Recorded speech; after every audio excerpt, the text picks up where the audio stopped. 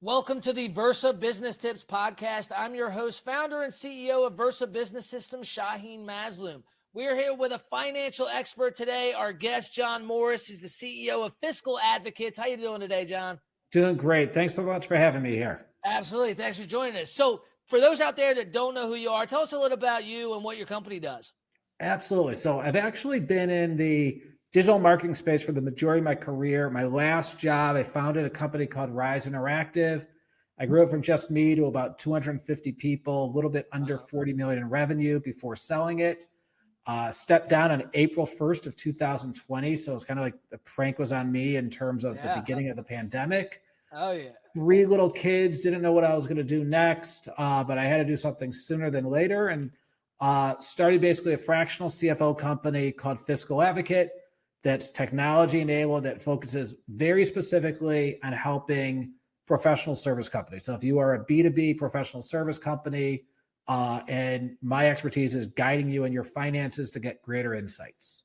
Okay, very cool. So are you focusing more on helping companies get to a point where, that they're exiting for a better multiple, or is it kind of for the long haul, making sure their finances in order, or is it a little bit of both? It is a little bit of both. So we've had just this year 3 of our clients were able to sell. One of the number one reasons why a deal falls through when you're trying to sell your business is that the buyer doesn't trust the finances. So getting your finances right, organized, and having good trusted acumen is really important. But we also have people in distress situations where they need to do a turnaround and get their cash management under control right away.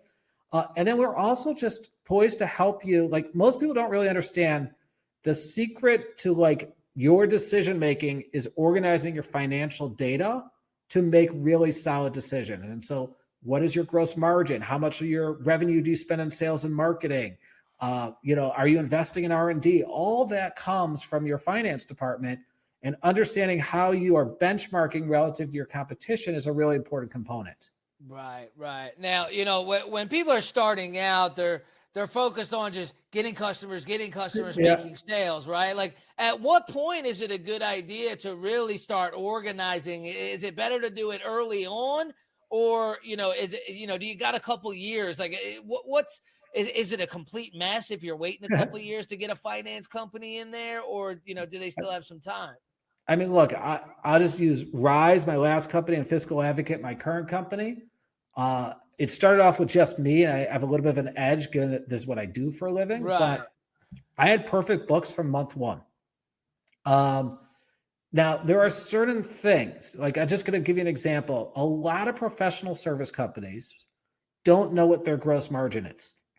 And so, as you said, they're just going out and they're winning business over and over and over again. Right. But if they're not supporting that business profitably, it's really hard to scale and grow.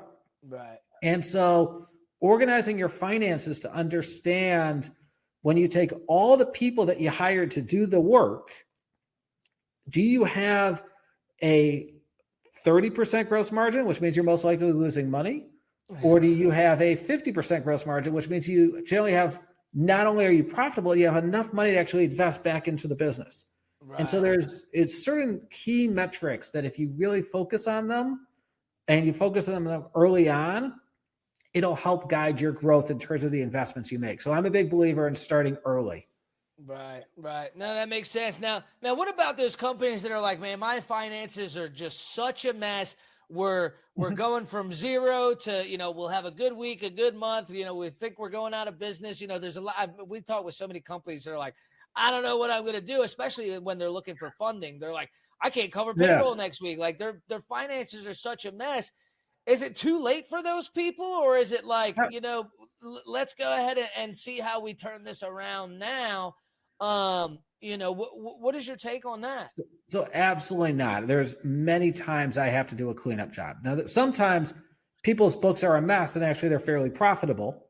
Right. Sometimes, here's a real story. I had a client, this is before I knew them. They were at the 1 yard line of selling their business. And the buyer walked away because they just did not understand the numbers. Right. And so they were not able to sell the company.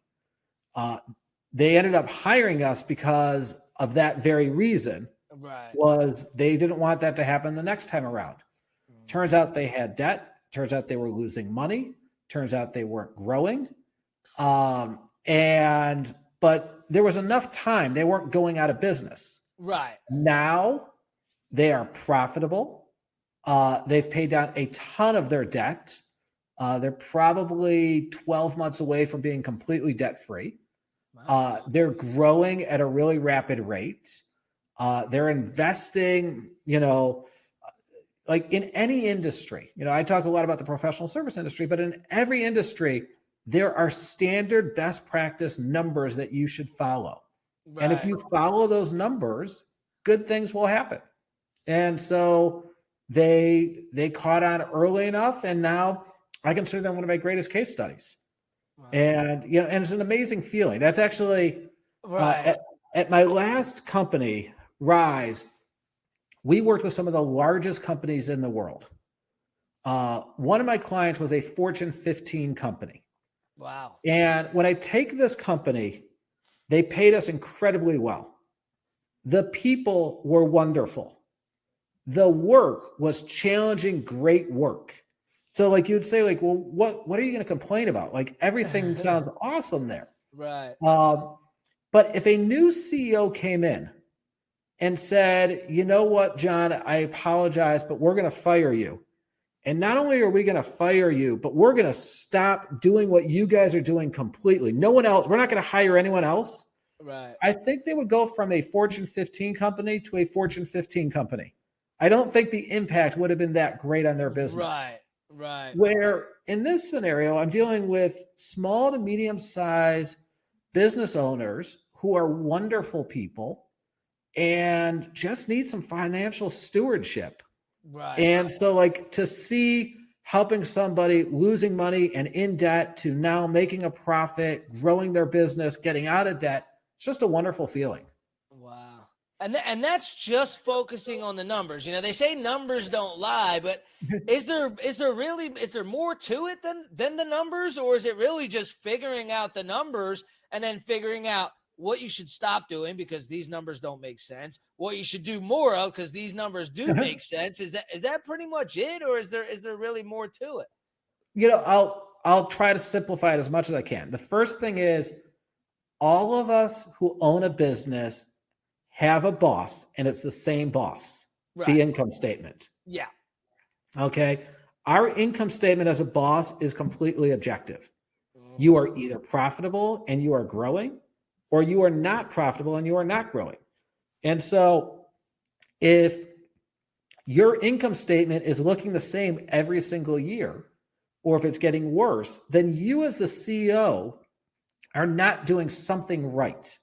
Right. Okay, so to me, it's the greatest boss that you could possibly have out there. The second thing I'll say is that there are hundreds or thousands or infinite amount of KPIs that you could look at, but I believe only 3 matter. Okay. The first one is how much cash you have relative to your monthly overhead. Right. Microsoft bought LinkedIn for $26.2 billion in an all-cash deal. Okay? If you grow your cash, you get to do really cool, fun, strategic things. Right. So I'm a big believer in putting emphasis on growing your cash. The second number is your profit margin. Now, once again, in every industry, there are different numbers that are considered best of breed. In the professional service space, a 20% gross or 20% EBITDA, which is a fancy word for profit, right, is considered gold standard. Now, in order to get a 20% EBITDA in the professional service space, you have to have a 50% gross margin, and then you have to have 30% of your revenue is dedicated to spending on non-client related expenses like sales and marketing and HR and finance and all those different things. Right. And that gets you 20% EBITDA. And then the final number is year-over-year revenue growth. And in our industry, the gold standard is a 20% year-over-year growth. Right. And so if you know just those 3 numbers, every KPI I can think of rolls up to one of those three numbers. And so by simplifying it and knowing where to focus your time and energy, you can, there's a saying that those that get measured get managed. Right. And so we want you to manage growing your cash, growing your profits, growing your revenue. And it really applies to every industry. Interesting. Okay. So, so it sounds like it's never really too late. I mean, obviously it could be too late for some, but for the most part, if you're catching it early on enough, you can get out of the mess, especially if you're a profitable company. You can get organized. You can get to a point where you're scaling, you're profitable, and you're growing fast enough to be able to have a healthy exit, which is really the goal at the end of the day for most people. You're either exiting or you're passing it down to your family member or whatever it may be, right? Yeah. But most people are going to exit.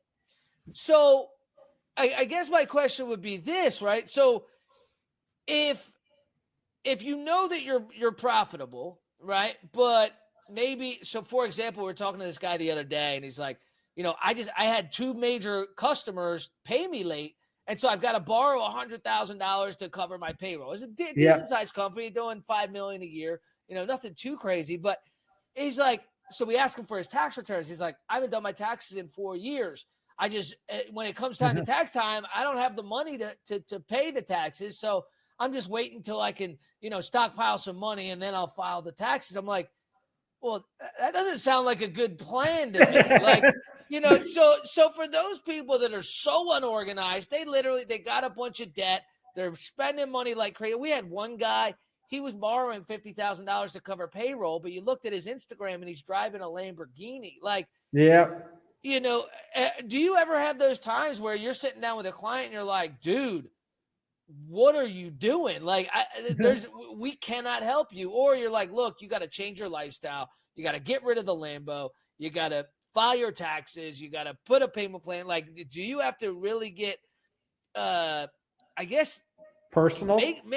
Personal, but also like, what percentage of business owners do you think are lying to themselves? Look, I would say this, the number one reason profitable companies from the ones I work with are not growing their cash, which is something I really want them to do, right, is that they are taking out all the cash for their personal lifestyle. Right. And, what I explain to them is that you could only, unless you have other sources of income, you're going to have to figure out how to live off of what you're generating. Or you have to go get a second job, or you have to think of something that is going to support that lifestyle. And so I do have to, and it's a sensitive subject. Yeah. But, going back to, the KPIs that matter, like you talked about cash collection. Well, there's an expression called DSO, or a KPI called DSO. It stands for days sales out. And what that does is it analyzes how quickly from when you send out an invoice do you take to generate the cash or collect the cash. Right. In the professional service business, I want you to collect your cash in 45 days or less. Right. We have absolutely had clients that are taking 90 days to collect their cash. Now, sometimes they have a whale of a client. Give an example, and I know this is going live, and so if I'm wrong, this is just what I've been told. But Procter & Gamble, which is one of the largest advertisers, if not the largest advertiser in the world, I've been told that starts and their negotiation at, we will pay you every 120 days from when you get the invoice. And so if you're a small business and all of a sudden you win this massive client, but they're not going to pay you for 4 months, you're probably going to figure it out. Like if you don't have enough negotiating power, and so there's scenarios like that I think are legitimate, that like you just don't have the negotiating power. Now I try to teach them ways that you can negotiate to get that down to a more reasonable number. Mm-hmm. But there are other times they just suck at collecting cash. And, at some point you have to say, like, we're going to put pencils down, and pencils downs mean we're stopping working until I get my check. Because at the end of the day, we're not in business to send out invoices. We're in business for the cash that we get to collect that pays our employees and pays our vendors. And so that's a metric that, once again, rolls up to your cash collection. Right. Same thing with your distributions. That's another metric that rolls up to your cash collection to see if you can grow your cash. No, absolutely. So now, something like a financial audit where you're diving through everything, you're figuring out all these different metrics from profitable, from different all the different KPIs that are out there. What is something like that going to cost somebody? Let's say somebody's been in business for a few years, they're kind of a mess, they're not really organized with their financials. What can they expect to be paying for a service like that to be able to get to to be organized and to get to a healthy place? So I'm going to give you the greatest non-answer ever. So the reality is there's 3 different scenarios when it comes to cleaning up financials. Right. One scenario is, you know what, guys, it's August 6th today. We are going to start on August 1. We're not going to worry about the past at all. And you're just going to be clean going forward. Yeah. And so in that scenario, you're just talking about putting a solid month-end close, putting your charts of accounts together, probably a couple $1,000s a month, just to manage the month-end close. Right. Transaction volume is the big thing. So if you're dealing with 10 transactions a day or 10,000 transactions a day, the volume or the cost structure will change. But generally what we see is a couple $1,000s a month. Scenario 2 will be, we're going to go back to January 1 of this year, and we will clean it up.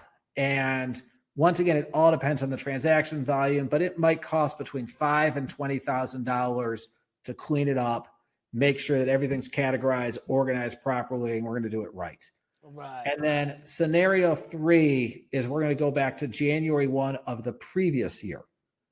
And the reason why is because then you can have year-over-year analysis in terms of how you're doing. Yeah. And once again, that could range, I don't know, between, let's just say $10,000 and $30,000. I'm trying to give you a decent range. It's not egregious. You know what I mean? Right. It's not like you're spending $200,000 to make this happen.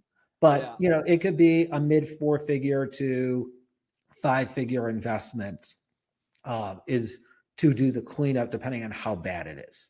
Right. But I mean, that could be the difference between you being able to exit and actually sell your company versus working till the day you die, or never being profitable, or maybe closing down. My job is to help you make decisions. If you have really messy data, if you think about every decision we make is a leap of faith. Right. Yep. So if I'm going to go hire that salesperson, it's a leap of faith that salesperson is going to work out. If I'm going to go hire that employee to help with this, project, it's a leap of faith that they're going to do a good job. Yep. By organizing your data, we make that leap of faith smaller. Right. And by making more it of an smaller, educated decision at that point. Yeah, that you should make 10x the cost of managing your finances if you have your finances in solid position. Right. No. Yeah, that makes sense. Would you say most companies, unless you're obviously in the enterprise level, would you say most companies don't have a CFO and they just have, their wife or their mom or whatever managing the finances? Or what? Yeah, I would say when you are sub 10 million, it is highly unlikely that you have a CFO. You might have someone like me as a fractional CFO. When you are, let's just say, between 10 and 20 million, you might start getting a CFO or a controller internally. And then I'd say probably 25 million plus, you definitely are going to have a CFO or at least a really solid financial operation. Okay. All right. And now, would you say there's a level of business that it doesn't really make sense to have a CFO? Like, if you're only doing, say, 100,000 a year, a couple 100,000 a year, and you're only doing maybe, 2-3 sales a month, it's like, there's not really, there's not a whole lot to look at here. Or do you think it's worth it no matter the size of the business? You know, what I would say is like when you take a fractional CFO, a fractional CFO could literally be an hour a month. Right. You know, so uh, when I started, Man, you're uh, really you're paying for your time, right? It's not like yeah. it's right. So like when I started Fiscal Advocate, uh, I paid our VP of accounting from Rise. He was no longer there and he was doing freelance work, an hour a month. And I just had him look at my close process and all the things I did. Right. And I just wanted a second set of eyes to see like if I did it right. And I mean, my revenue was probably what you just said, about $100,000 for the year. Right. But I spent just an hour. I mean, I wasn't like you don't need to go crazy. Now, I was also doing all the bookkeeping myself Right. at night, so you might need to pay a bookkeeper if you don't know how to do the bookkeeping yourself. But I still paid a second set of eyes to make sure it was accurate and correct. Yeah. Yeah. I get that. No, so with technology the way it is right now, would you say technology has really advanced your ability to be able to take on way more clients than ever before? Or, has it become a competition almost where there's software and things out there that people can use to help them be more organized in their finances that kind of replace a fractional CFO? Um, Where are we in my at as far as so AI and technology in that industry? So in my sense that technology, first of all, I'm building my own technology. I have 10 full-time dedicated people to building my technology. Wow. We automate a ton and it allows us absolutely to scale and have more customers, but it Right. also allows us to do things that we would never be able to do as humans because the technology is working 24/7. Right. So that's a huge benefit. There's also, when you think about a fractional CFO that has lots of clients, Mm-hmm. your most talented person's at the top. Yeah. But, if you don't have technology, that means they have to go into like every single client to look to see how they're doing. And the reality is they just don't do it because it's too hard to do. Yeah. So technology allows you to have what I call as a multi-client view, where Mm-hmm. you can see the anomalies and be like, show me all the clients that are losing money right now. Or show me all the companies that are growing rapidly. Because if they're growing rapidly, there might be opportunities to invest more to have them grow rapidly. And if they're losing money, then Right. it's like, what do we need to do? And but I'll tell you the biggest thing that technology, I don't believe, will be able to do. And that is help create the right sense of urgency Oh, yeah. for the company. So I'm just going to give you two examples. One is an existing client of mine. One is someone I'm advising. Okay. Both are around 10 million. Both are losing money or have been losing money. Both either had a full-time CFO or a fractional CFO. Both had very solid reporting on a monthly basis of what was needed.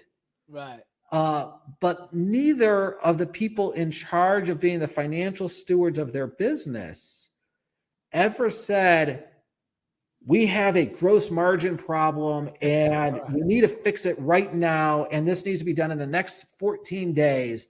And this is how much cost we have to take out of the business so that we can run this business profitably. And so a technology is a tool that will give you a report and it will tell you what needs to be worked on, but Right. it doesn't But it's not going necessarily. to make you do it. Yeah, it's like somebody's got to be like, Shaheen, like, this is a big deal. Like, we got to fix this. We got to fix it right now. Let's get going. And Right. that's where I think a really good fractional CFO or full-time CFO comes in, Yeah. is that Somebody that's sense of going to shoot urgency. you straight and let you know, look, you got to get this done or you're not going to make it. Right. Yep, Like technology doesn't have emotion, not yet at least. exactly. Right. Soon they'll have uh, more emotion than we do, but at the moment they don't. Right, exactly. Now, so somebody was asking me the other day, and I do it a certain way. Now, I have somebody different do my books than I have Yeah. do my taxes. Yep. my thought process behind it is I want my books to be completely accurate, and I want my tax guy to kind of see what he can do to minimize my tax bill. Do you think that's a good way to do it? Do you think everybody should have two different people? Absolutely. First of all, there's oftentimes people are telling me like I have a great CPA like helping with my finances. All right. A certified public accountant is really trained to be great at taxes. Right. They're not necessarily great at financial analysis and giving you insights to run your business. Agreed.